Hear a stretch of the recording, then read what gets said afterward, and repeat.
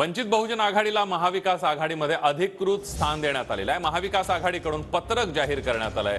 वंचित महाविकास आघाडीचा भाग आहे। मुंबईतील बैठकीमध्ये महाविकास आघाडीच्या नेत्यांनी हा निर्णय घेतलाय। 2 फेब्रुवारीला होणाऱ्या महाविकास आघाडीच्या बैठकीमध्ये प्रकाश आंबेडकर उपस्थित राहणार असल्याचं कळतंय। ते अजून मला रिपोर्टिंग काही झालेलं नाही। जे बैठकीला गेलेले आहेत ते त्याच्यामुळे मला वाटतं तासाभरामध्ये मला रिपोर्टिंग येईल त्यांचं। तेव्हा मग मी ऑफिशियली जे काही आहे ते आम्ही कळवू।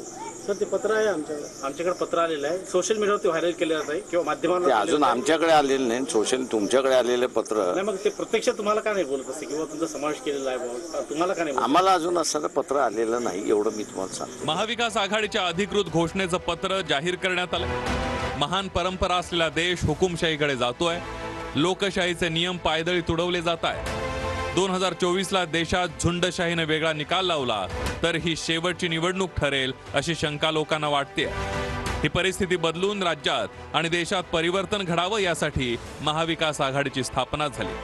वंचित आघाडीने यापुढे अधिकृतपणे महाविकास आघाडीत सामील व्हावं अशी आमची भूमिका आहे। 30 जानेवारीच्या महाविकास आघाडीच्या बैठकीत वंचित बहुजन आघाडीचे प्रतिनिधी सहभागी झाले होते।